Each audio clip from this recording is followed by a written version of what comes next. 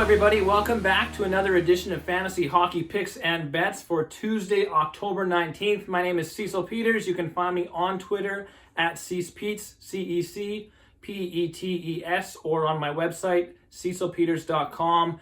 I do send out an email twice a day to some subscribers with my NHL bets, with my finalized DraftKings play, so I'll finalize that throughout the day and send it out. I am actually going to post that for free on Twitter today and tomorrow when I'm on the show here. So if you follow me there, I will post that sheet for free for the next couple days. And with that being said, we got a big 12-game slate ahead today. Actually, I think just 11 game slates today. So let's get to it. We're going to quickly go over the games I'm not interested in betting, take a little more time on the ones that I am, and then go over some DraftKings plays at the end.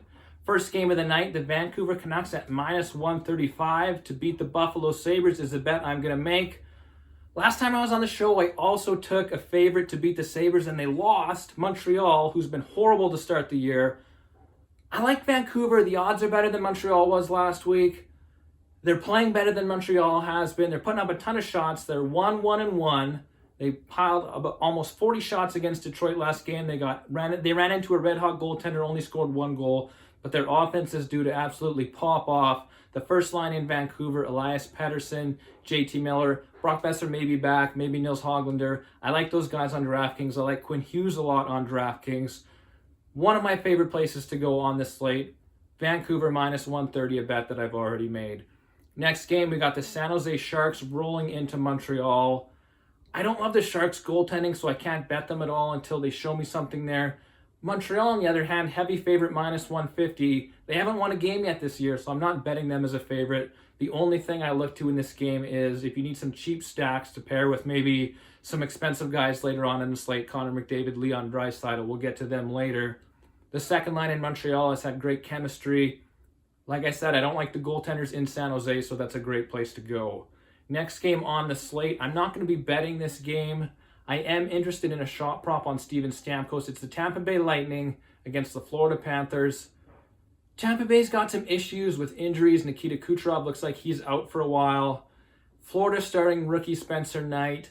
I don't know how this game's going to go out. I want to see how Knight plays to start the year. But the one thing I do think is that Steven Stamkos is going to fire a ton of pucks. He takes on more of the offensive responsibility with Kucherov gone. He's been shooting a ton regardless to start the year. No matter how the lines shake out, he's a trigger man on the first power play. So Steven Stamkos, over 2.5 shots on goal is a bet I will make as soon as those odds are available. Next game on the slate, we got the Seattle Kraken coming off a back-to-back. I'm recording this before that game ends, so I'm not sure how that game turned out. They're plus 110 against New Jersey, minus 130. I don't think New Jersey's good enough to be that heavy of a favorite. I don't think Seattle's that good either. This is probably going to be a slow game. The one thing I am looking at here is the Jack Hughes shot on goal prop. He's 1 for 1 this year. I bet it then. I'm going to bet it again. I'm going to keep betting it until he shows me that I shouldn't. He scored 2 goals. He's full of confidence. He's playing a ton of minutes, and he loves to shoot the puck.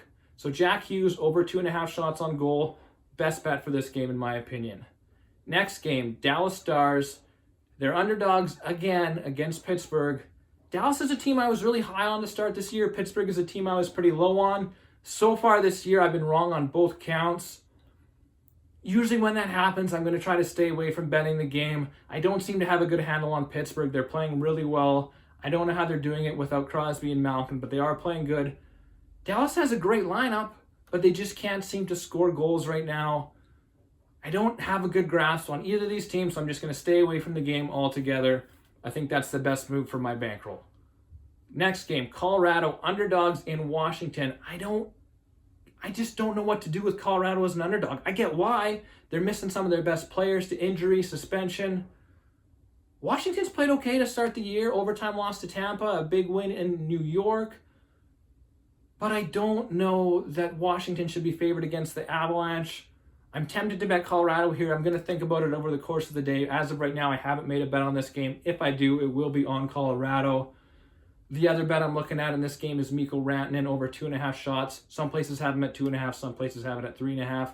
He's firing a ton of pucks early this year. I like that bet regardless. Next game is my best bet of the night by far. It's the team that's been, like I said with Dallas, don't have a good handle on them. One team I have a great handle on so far, the Columbus Blue Jackets. They won both their games. I made money on them both times. They're plus 105, the underdog here, against Detroit. Detroit's horrible. They're a bottom 5 team in the league. They took a Thomas Greiss ceiling performance to win their game last game, 3-1 win over Vancouver, solely because of the goaltending. That's the only way that they'll win this game against Columbus. Columbus is playing too well, top to bottom, throughout the lineup. Their offense is clicking. Goaltender's playing really well. The defensemen are playing extremely well. So I love Columbus. They should be minus 150 in this game. Okay? If you're going to make one bet today, I often get asked this in the chat. If you're going to make one bet, what's your favorite bet? Columbus! Plus 105. The Columbus Blue Jackets should not be underdogs in this hockey game. They shouldn't be plus money. They should be minus 150 at worst. So I'm betting Columbus. No questions asked. It's the kind of bet that you would sometimes, if you're only going to make every dollar that I'm going to put into this slate, I consider just putting on Columbus. That's how confident I am that they win this game. I love them for DraftKings. I love them for any prop that you can find. Patrick Laine over shots on goal. Patrick Laine to score. The Columbus Blue Jackets are playing awesome. They do win this hockey game. Guaranteed. Next game. Another team I don't have a good handle on this year. The New York Islanders. Plus money their first 2 games. I thought, oh, perfect. New York Islanders, plus money. Bet that. It'll win every time. Didn't win both times. 2 losses for the Islanders. They're playing against Chicago. Chicago's looked brutal to start this year. I just can't justify betting the Islanders as a favorite when they've lost 2 games already. They don't look good. This is a good bounce back spot for their offense, but it's the 3rd game of the year for them.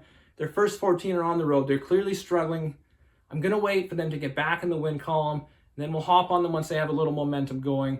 Chicago as an underdog here. They're just not good enough defensively to justify that bet. The one area I will look to here, kind of like Montreal too, is a nice cheap line alternative to play with McDavid and Draisaitl. The 3rd line of the Islanders is playing pretty well. Hey, we got Zach Parise, JG Pajot, Kyle Palmieri. They're all firing a ton of shots. They're playing really well. The Islanders kind of rolled those 3 lines. They all get equal ice time. They all get some time on some power play units. That line's playing really well for the Islanders so far this year. They're the cheapest of their first 3 lines. I really like them. Great choice to pair with an expensive line like the first line for the Oilers. Next bet of the night, LA Kings plus 135 in Nashville.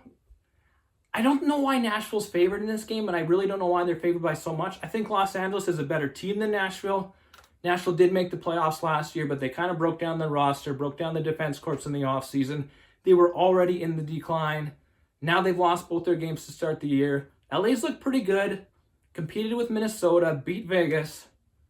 I know they're on the road, but they're going back to their starting goalie, Cal Peterson, who had a great first game against Vegas. I just think they're the better hockey team, and when the better hockey team is plus money, you make the bet. Okay? Simple as that. LA's the better team than Nashville. They're plus money. I'm making the bet. Next game, we got the Winnipeg Jets plus 130, Minnesota minus 155. So Minnesota has won both their games this year. Not the hardest games in the world, but they've won them both. They've done what they should. Now they go back home. They face Winnipeg. Winnipeg hasn't won the 2 games that they're supposed to win so far. Went to Anaheim, got spanked. Went to San Jose, lost the game. Winnipeg is not what they have been the past couple years. They have the potential to get back going, but so far it's just not there. So I don't like the Winnipeg offense right now. I really don't like the Winnipeg defense. And Connor Hellebuyck's just not saving the day for him like he has in years past. So Winnipeg, probably not going to win this game. Minnesota, probably favored at the amount they should be, right? Minus 150, minus 155 is right around where they should be. So I'm not going to bet the game. I do like the Minnesota offense, especially the first line. Kaprizov, Zuccarello, Joel Eriksson Ek. Great stack in DFS. We'll get to that shortly. Last game of the night, we got the Anaheim Ducks plus 180, Edmonton minus 225.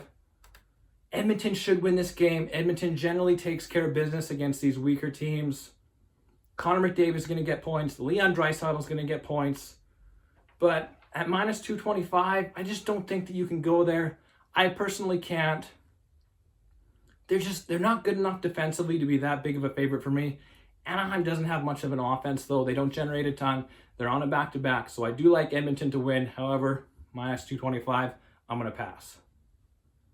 So this is a great time to segue into DraftKings, though, because the biggest decision of the night will be, what do you do with the Edmonton superstars? Connor McDavid, Leon Draisaitl. McDavid's the best player in the league by a wide margin. Draisaitl, one of the guys in the conversation for the top 3 or 4 players. They're playing Anaheim. Anaheim gives up a ton of shots. They get good goaltending, but that's about it. If this is a 3 or 4 game slate, you almost can't not fade Connor McDavid. You almost can't fade Connor McDavid, right? On a short slate, 3 or 4 games, if McDavid scores 1 or 2 points, he's going to be in the winning lineup because he's going to be 50% owned. Now, as we saw on Saturday, on a 12-game slate, this usually never happens, but it did on Saturday, 25% ownership for Connor McDavid. Usually on these big slates, even a guy as good as him isn't that high owned because there's so many other options. It appears this year that he's going to be that high owned no matter what. And he got a hat trick. Draisaitl had 3 points. So anybody that played him is obviously going to play him again. So these guys are going to be 30, 35% owned. Easy opponent. I mean, if you want to play them, you got to play it with another line like I mentioned before, the second line in Montreal, third line in New York. Find another third line that can pop off. Try to get lucky that way. The way I'm going to do it, probably not recommended, probably won't win. I'm going to fade these guys, and I'm going to hope that they only get 1 or 2 points and that some other lines outscore them. So I like the Vancouver first line. I like the Columbus first line. I like the Los Angeles Kings first line. So I'm going to hope that those players either equal or surpass whatever Edmonton's first line does, and that's how we're going to win money on this slate. There's just going to be too many people on Edmonton. You just got to get lucky with whatever third line you pick or whatever cheap second line you pick to play with them. So I'm going to personally hope that maybe 2 lines go off, right? Maybe Vancouver's first line and Columbus's first line both play really well. They go off. That's how you make your money, because the people playing Edmonton's first line, even if they do well, they can't afford those guys because it's just too expensive. So that's the way I'm going to try to make money on this slate. Whether or not you want to join me, that's your call. Like I said, I will post a more up-to-date sheet with all the players that I'm playing on DraftKings later on. You'll be able to find that on my Twitter. It will be a much more in-depth. I'll go through every game in-depth. I'll go through not every line, but I'll go through the lines that I'm playing in-depth. But that's where you'll find the information on who I would play with McDavid and the reasons that I would not play McDavid and who else I would play. As far as defense, some of these guys have been really underpriced to start this year. Miro Heiskanen in Dallas has been under 4,000 every slate. He just keeps going off. I'm recording this before pricing comes out, but I'm assuming he'll be underpriced again. John Klingberg probably still out. Heiskanen playing the first power play unit. Ton of shots, ton of blocks. Really, really good hockey player. 25 plus minutes per night. He just keeps getting there, so I keep going back. At the top end, another way to differentiate yourself from the guys playing McDavid, they can't play expensive defensemen. So I really like Quinn Hughes. He's been underpriced all year, but he's still considered a higher priced defenseman on DraftKings.